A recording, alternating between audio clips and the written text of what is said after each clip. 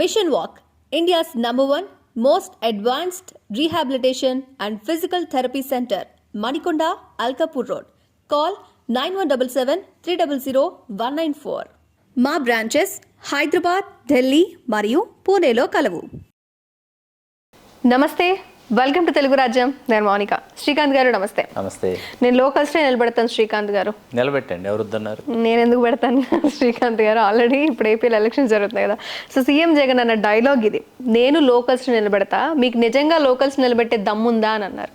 అంటే మనం ఆల్రెడీ ఇంతకుముందు చేసిన విశ్లేషణలో అనుకున్నాం, అంటే ఫిక్స్డ్గా ఎప్పటి నుంచో సీనియర్స్ని వాళ్ళకి నిలబెట్టారు అనే పాయింట్లో మనం మాట్లాడుకున్నాం.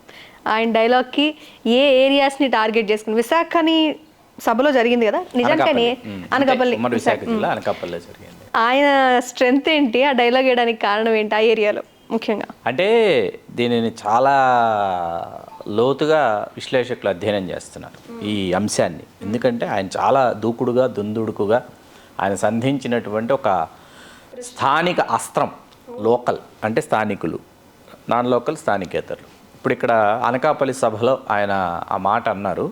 అనకాపల్లి సభలో ఆయన మాట్లాడిన తర్వాత అక్కడ ఆయన బూడి ముత్యాలను అడిగారు. కొప్పుల వెలమ సామాజిక వర్గం వారిని అభ్యర్థిగా నిల్చోబెట్టారు. కడప నుంచి సీఎం రమేష్ గారు అక్కడికి వచ్చి వారు పోటీ చేస్తున్నారు, వారు వెలమ సామాజిక వర్గం. ఇక్కడ ఏమైందంటే, ఎప్పుడైతే సీఎం రమేష్ గారు స్థానికేతరుడు అట్లాగే భారతీయ జనతా పార్టీ అభ్యర్థిగా అక్కడ బరిలో ఉన్నారో, ఇక్కడ స్థానికుడైనటువంటి ఈయన కావాలా, స్థానికేతరుడు అయినటువంటి ఆయన కావాలా నిర్ణయించుకోమన్నారు. అనకాపల్లి లోక్సభలో గతంలో కూడా మీకు గంటా శ్రీనివాసరావు గారు కావచ్చు, ముత్తంశెట్టి శ్రీనివాసరావు గారు కావచ్చు, వీళ్ళు స్థానికేతరులే. ఎందుకంటే ఒకరు ప్రకాశం జిల్లా నుంచి, ఒకరు కృష్ణా జిల్లా నుంచి అక్కడికి వచ్చి స్థిరపడినటువంటి వారే, కానీ అక్కడ పుట్టి పెరిగినటువంటి వారు కాదు. ఇది అనకాపల్లి లోక్సభ నియోజకవర్గానికి వచ్చేటప్పటికి దీని గురించి మనం ఈ విధంగా ప్రీవియస్ సిచ్యువేషన్స్ని బేస్ చేసుకుని ఆయన డైలాగ్ వేశారు. మీకు విశాఖ లోక్సభకు వచ్చేటప్పటికి ఏమైందంటే, ఇక్కడ మీకు బ్రాహ్మణ క్షత్రియ ఈ రెండు సామాజిక వర్గాలు స్థానికంగా ఉన్నటువంటి బ్రాహ్మణ క్షత్రియుల మధ్య ఆ లోక్సభ నియోజకవర్గం అలరారుతూ వచ్చింది. పివిజి రాజు గారు పలు పర్యాయాలు, వారి సోదరుడు విజయానందరాజు గారు, అలాగే పివిజి రాజు గారు కోడలు ఉమాగజపతిరాజు గారు ఒక పర్యాయం, అట్లాగే లంక సుందరం గారు, తెన్నేటి విశ్వనాథం గారు, ద్రోణంరాజు సత్యనారాయణ గారు, వీళ్ళు ముగ్గురు కాంగ్రెస్ పార్టీ నుంచి. ద్రోణంరాజు సత్యనారాయణ గారు 1977, అంత క్రితం వీళ్ళు తెన్నేటి విశ్వనాథం గారు, లంక సుందరం గారు. 80 ఎన్నికల నాటికి ఏమైందంటే, విశాఖ లోక్సభ నియోజకవర్గానికి వచ్చేటప్పటికి ఇక్కడ కాపులు అత్యధికంగా ఉన్నారు అనేటటువంటి ఒక బలమైనటువంటి నిరూపణ మిర్యాల వెంకటరావు గారు చేసి ఇది కాపులు పోటీ చేయాల్సినటువంటి స్థానం అని చెప్పి స్థానికులైనటువంటి కాపులకి అవకాశం ఇవ్వమని ఆయన కోరారు. అప్పుడు విశాఖ కాంగ్రెస్ పార్టీ అధ్యక్షులుగా కూడా ఉన్నటువంటి కొమ్మూరు అప్పలస్వామి గారు, అంటే కొమ్మూరు అప్పడదొర గారిని భోగాపురానికి 4 పర్యాయాలు శాసనసభ్యుడిగా వరుసగా చేసినటువంటి వ్యక్తి కొమ్మూరు అప్పడదొర గారు. వారి సోదరుడు కొమ్మూరు అప్పలస్వామి గారు, వారు పోటీ చేసి వారు 80 ఎన్నికల్లో వారు విజయం సాధించారు. 84కు వచ్చేటప్పటికి తెలుగుదేశం పార్టీ వ్యూహాత్మకంగా ఏం చేసిందంటే, బ్రాహ్మణ సామాజిక వర్గం నుంచి భాటం శ్రీరామమూర్తి గారిని తీసుకొచ్చింది, వారు విజయం సాధించారు. మీకు ఎప్పుడైతే ఆ తర్వాత జరిగినటువంటి ఏ ఎన్నికలు తీసుకున్నా అక్కడి నుంచి మీకు ఎంవిఎస్ మూర్తి గారు, కంభంపాటి హరిబాబు గారు, పురంధేశ్వరి గారు, వీళ్ళు కమ్మ సామాజిక వర్గం నుంచి, మొన్న ఎంవివి సత్యనారాయణ 2019, వీళ్ళు నలుగురు కమ్మ సామాజిక వర్గం అయితే, మన టి సుబ్బరామిరెడ్డి గారు అట్లాగే ఎన్ జనార్దన్ రెడ్డి గారు వాళ్ళు రెడ్డి సామాజిక వర్గం నుంచి. అంటే ఒక దశ దాటిన తర్వాత స్థానికేతరులైనటువంటి కమ్మ, రెడ్డి ఈ సామాజిక వర్గాల మధ్య ఈ నియోజకవర్గం చిక్కుకుపోయింది.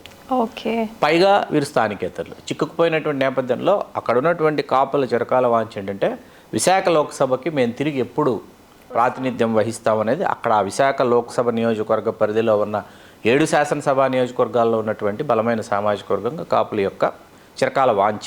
కాపుల తర్వాత యాదవులు, మత్స్యకారులు చెప్పుకోదగ్గ సంఖ్యలో ఉన్నారు. మరీ ముఖ్యంగా యాదవ సామాజిక వర్గం యొక్క ప్రభావం కూడా చాలా ఉంది. దాన్ని దృష్టిలో పెట్టుకునే 2009 ఎన్నికల్లో పల్లా శ్రీనివాస్ గారు యాదవ సామాజిక వర్గం, చిరంజీవి గారు ప్రజారాజ్యం పార్టీలో వారికి అభ్యర్థిగా అవకాశం ఇచ్చారు. ఇప్పుడు తెలుగుదేశం పార్టీ అభ్యర్థిగా గాజువాక నుంచి పోటీ చేస్తున్నారు. 2014 ఎన్నికల్లో గాజువాక నుంచి గెలుపొందారు పల్లా శ్రీనివాస్ యాదవ్. 2009లో లోక్సభ బరిలో నించుని పురంధేశ్వరి గారిని ఎదుర్కొన్నారు పల్లా శ్రీనివాస్ గారు. యాదవ సామాజిక వర్గం అంత బలంగా ఉంది. వ్యూహాత్మకంగా జగన్మోహన్ రెడ్డి గారు ఏం చేశారంటే, స్థానిక సామాజిక వర్గాల నుంచి, ఉత్తరాంధ్ర కాపుల నుంచి బొత్స ఝాన్సీ గారిని, అట్లాగే కొప్పలవెల్లం సామాజిక వర్గం నుంచి బూడి ముత్యాలను అడిగారు. ఇరువురిని తీసుకొచ్చి ఒకరిని విశాఖకి, ఒకరిని అనకాపల్లికి అభ్యర్థులుగా ప్రకటించారు. చాలా వ్యూహాత్మకమైనటువంటి ఎత్తుగడ. ఇక్కడ ఈ 2 నియోజకవర్గాల, ఈ 2 లోక్సభ నియోజకవర్గాలు వీరి మీద తలపడుతున్న ఇరువురు స్థానికేతరులే. అందుకనే ఆ పదప్రయోగం చేశారు. ఆ పదప్రయోగం చేసి అండ్ ఇక్కడ ఇంకో పాయింట్, ఆ ఏరియా విశాఖ, అసలే విశాఖ రాజధాని, విశాఖ షిఫ్టింగ్, రిషికొండలో ఇల్లు ఇంత జరుగుతున్న టైంలో ఇప్పుడు సీఎం జగన్ మాట్లాడే మాటలు ప్రజలు గమనిస్తూనే ఉంటారు. ప్రభావితం అవుతారు, ఖచ్చితంగా ప్రభావితం అవుతారు. అవ్వకుండా అయితే ఎట్టి పరిస్థితుల్లో ఉంటారు. ఇక్కడ ఏమైందంటే విశాఖ రైల్వే జోన్ ఒకటి, అట్లాగే మెట్రో రైలు ఒకటి, ఇవన్నీ కూడా ఏంటంటే ఈ సమస్యలు గతంలో ఉన్నటువంటి ఏ ప్రభుత్వాలు అయితే ఇక్కడ మీకు ప్రాతినిధ్యం వహించారో, ఎవరైతే అధికారంలో ఉన్నారో వాళ్ళు నెరవేర్చలేకపోయారు. ఇప్పుడు పురంధేశ్వరి గారు సాక్షాత్తు ఇక్కడి నుంచి ఆవిడ గెలిచి ఆవిడ కేంద్రంలో మంత్రిగా ఉన్నారు. అట్లాగే 2014 నుంచి 19 వరకు అధికారంలో చంద్రబాబు నాయుడు గారు ఉన్నారు. 95 నుంచి 2004 వరకు చంద్రబాబు నాయుడు గారి అధికారంలో ఆయన రాష్ట్ర ముఖ్యమంత్రిగా ఉన్నప్పుడు ఆయన పైగా 99 ఎన్నికల్లో భారతీయ జనతా పార్టీతో పొత్తు పెట్టుకుని వారు ఎన్నికలకు వెళ్ళి విజయం సాధించారు. ఈ నేపథ్యంలో ఏంటంటే మీరు ఎందుకు సాధించలేదు, మీరు అధికారంలో ఉన్నప్పుడు మీరు ఇక్కడ మెట్రో రైలు కానీ విశాఖ రైల్వే జోన్ కానీ ఎందుకు సాధించలేదు అన్నది ఒక ప్రశ్న. ఇప్పుడు ఎందుకు సాధించలేకపోయారు ఈ 5 సంవత్సరాల కాలంలో అన్నది ఏంటంటే అది రాష్ట్ర ప్రభుత్వానికి అది కూడా ఒక ప్రశ్నే. కాకపోతే అనేక కారణాలు, మరీ ముఖ్యంగా రాజధాని విషయం, ఇక్కడ జరుగుతున్నటువంటి భూముల వ్యవహారం కావచ్చు, మరొకటి కావచ్చు, ఇంకోటి కావచ్చు, ఇవన్నీ కూడా ప్రభావం చూపిస్తాయి, చూపించమని కాదు. కానీ ఎన్నికల సమయం వచ్చేటప్పటికి ఏ అస్త్రం అయితే సంధించాలో ఆ అస్త్రం జగన్మోహన్ రెడ్డి గారు సంధించారు. సంధించినటువంటి అస్త్రానికి అవతల ప్రత్యర్థులు కూడా అదే స్థాయిలో అంతే పదున్నటువంటి అస్త్రాన్ని వారు తిరిగి ప్రయోగించాలి. అది జరుగుతుందా జరగదా? ఎందుకంటే సీఎం రమేష్ గారికి ఒక విధంగా వారి ఆర్థికపరమైనటువంటి అండదండలు, వారు అక్కడ నియోజకవర్గంలో వారు చూపిస్తున్నటువంటి ఆ ప్రభావం ఏదైతే ఉందో దానిని స్థానికత అనేటటువంటి అంశంతో జగన్మోహన్ రెడ్డి గారు ఎదుర్కోవాలనుకుంటున్నారు. అట్లాగే విశాఖ లోక్సభకు వచ్చేటప్పటికీ కూడా ఇక్కడ సరైనటువంటి అభ్యర్థిని ఎవరూ ఊహించాల.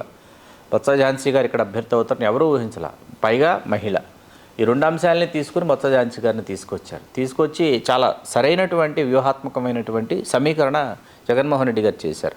దానికి ధీటుగా అవతల తెలుగుదేశం, భాజపా అటువంటి సమీకరణలు చేయలేదని కాదు, కానీ కొన్ని ఒత్తిళ్లకి, కొన్ని తప్పనిసరి పరిస్థితులకి తెలుగుదేశం పార్టీ తల ఉంచింది. ఇప్పుడు సీఎం రమేష్ గారు బీజేపీలో ఉన్నప్పటికీ ఆయన చంద్రబాబు నాయుడు గారు మనిషిగానే చూస్తారు.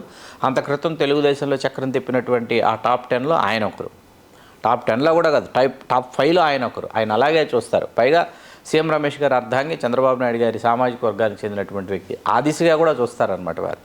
ఇటువంటి అంశాలన్నీ కలగలిపి వారు అటువంటి ఒక ప్రయోగం చేశారు జగన్మోహన్ రెడ్డి గారు. సో అందుకని అక్కడ వర్కౌట్ అవుతుంది, అవ్వాలి అని వైసీపీ శ్రేణులు కోరుకుంటున్నాయి, అవుతుంది అని వైసీపీ శ్రేణులు ఆశిస్తున్నాయి. నాకు ఒక డౌట్ ఉంది శ్రీకాంత్ గారు, ఇప్పుడు బీజేపీ నుంచి ఎప్పుడు కూడా ఒక రియాక్షన్ అనేది స్ట్రాంగ్గా మనం వినలా. కేవలం వ్యూహాలు, సీనియర్స్ ఉన్నారు కాబట్టి కొంచెం వ్యూహాలు, లేకపోతే ప్రజాక్షేత్రంలోకి వెళ్ళి వాళ్ళ పదును, వాళ్ళ బలం, వాళ్ళ వ్యూహాలు సంధించడం తప్పితే డైరెక్ట్గా ఒక ఖండించడం, రియాక్ట్ అవ్వడం అనేది లేని టైంలో ఇప్పుడు ఈ వ్యాఖ్యలు ఇప్పుడు సీఎం రమేష్ గారు ఎలా ఎదుర్కొంటారని మనం భావించాల్సి ఉంటుంది. ఎలా ఎదుర్కొంటారు అంటే దీనికి సమాధానం వాళ్ళ వద్ద లేదు. స్థానికేతరుడు అనేది స్థానికేతరుడు, always you are non local. పైగా ఇక్కడ ఏమైపోయిందంటే వైజాగ్, అనకాపల్లి కాసేపు పక్కన పెడితే వైజాగ్ మరీ పరాయిది అయిపోయింది. పరాయి నియోజకవర్గంగా, పరాయి వాళ్ళకి, వలస నేతలకి ఇది ఒక అడ్డాగా, ఇంకెక్కడా సీటు దొరకదంటే వైజాగ్కి వెళ్ళి పోటీ చేద్దాం అనేటటువంటి ఒక పరిస్థితి అక్కడ ఏర్పడిపోయినటువంటి నేపథ్యంలో ఏంటంటే అక్కడ ఉన్నటువంటి స్థానిక సామాజిక వర్గాలు ఖచ్చితంగా ఆగ్రహం వస్తుంది. ఆగ్రహం ఖచ్చితంగా ఇప్పుడు ఆగ్రహంలో ఉన్నారు వాళ్ళు. ఎందుకు ఆగ్రహంలో ఉన్నారంటే స్థానికులైతే అందుబాటులో ఉంటారు, స్థానికేతరులు అయితే అద్దెకి ఏదో ఒక నివాసం తీసుకుంటారు, వాళ్ళు రావాలనుకున్నప్పుడు వస్తారు, వాళ్ళ దర్శనం కోసం వీళ్ళు ప్రదక్షిణలు, పడిగాపులు పడాలి. అదే స్థానికులు అనుకోండి, స్థానికులకు అక్కడ ఒక స్థిర నివాసం ఉంటుంది. దాన్ని దృష్టిలో పెట్టుకొని స్థానికులకు పట్టం కట్టాలనేటటువంటి ఒక బలమైనటువంటి ఆలోచనతో ఆ 2 లోక్సభ నియోజకవర్గాల్లో ప్రయాణికం అయితే ఉన్నారు. స్థానికేతరులకు పట్టం కట్టకూడదు అనేటటువంటి ఒక నినాదం అయితే వాళ్ళ హృదయాల్లో ఉంది. దానిని ఈసారి ఖచ్చితంగా అమలు పరుస్తారని రాజకీయ విశ్లేషకులు ఎదురు చూస్తున్నారు. సో వైజాగ్లో ఈ స్టేట్మెంట్ స్థానికేతర వర్కౌట్ అవుతుంది అనే సూచనలు ఎక్కువగా ఉన్నాయి. ఎందుకంటే వాళ్ళు ఎప్పుడు కూడా వేరే వాళ్ళు ఆహ్వానిస్తారు కరెక్టే, కానీ లోకల్ వాళ్ళు ఎంతవరకు ఆహ్వానిస్తారు, లోకల్గా ఎక్స్పెక్ట్ చేసేవాళ్ళు అనే పాయింట్తో ఇప్పుడు బాణం సంధించారు. కాబట్టి ఇది ఎంతవరకు ఎఫెక్ట్ చూపిస్తుంది అనేది ఎలక్షన్ తర్వాత. సో వైజాగ్లో సీఎం జగన్ ఏం మాట్లాడారు, ఆ మాటల వెనక ఆంతర్యం, అండ్ నిజంగా ఈ మాటలు పనిచేస్తాయా అంటే ప్రూఫ్, దాని గురించి ఇప్పుడు శ్రీకాంత్ గారు చెప్పారు. సో ఈ విషయం అయితే మీకు కూడా తెలుసుకునే ఉంటారు. ఈ పార్టీకి వైజాగ్ పీపుల్ ఏం ఆలోచించుకుని ఉంటారో ఎలక్షన్ తర్వాత మనం చూద్దాం. అండ్ థ్యాంక్ యూ శ్రీకాంత్ గారు. Welcome. So keep watching Telugu రాజ్యం. నమస్తే, నేను మోనిక. తెలుగు రాజ్యం ఇక ఊరూరా రాబోతోంది. దినదిన ప్రవర్ధమానమవుతున్న తెలుగు రాజ్యం ఛానల్కు 2 తెలుగు రాష్ట్రాల్లోని 42 లోక్సభ నియోజకవర్గాల నుంచి న్యూస్ కంట్రిబ్యూటర్స్గా వ్యవహరించడానికి యువతను ఆహ్వానిస్తోంది. జర్నలిజం పట్ల ఆసక్తి, కనీస సామాజిక రాజకీయ పరిజ్ఞానం, స్థానిక పరిస్థితులపై మంచి అవగాహన, స్థానిక పరిచయాలు, గౌరవప్రదమైన జీవనం ఉంటే సరికొత్త సామాజిక విప్లవంలో మీరు కూడా భాగస్వాములు కావచ్చు. మీ అంతరంగాన్ని ఆవిష్కరించవచ్చు. ప్రతి లోక్సభ నియోజకవర్గ పరిధిలో 2కి అవకాశం ఉంటుంది. 30 నుంచి 35 ఏళ్ల మధ్య వయస్కులై జర్నలిజం పట్ల అభిరుచి, ఆసక్తి కలిగిన యువకులు తమ వివరాలు, జీవన విధానం, ఆసక్తి గల ప్రాంతం, పాస్పోర్ట్ ఫోటోతో కలిపి ఈ దిగువన నంబర్కు వాట్సాప్ చేయొచ్చు. నంబర్ 8125150555.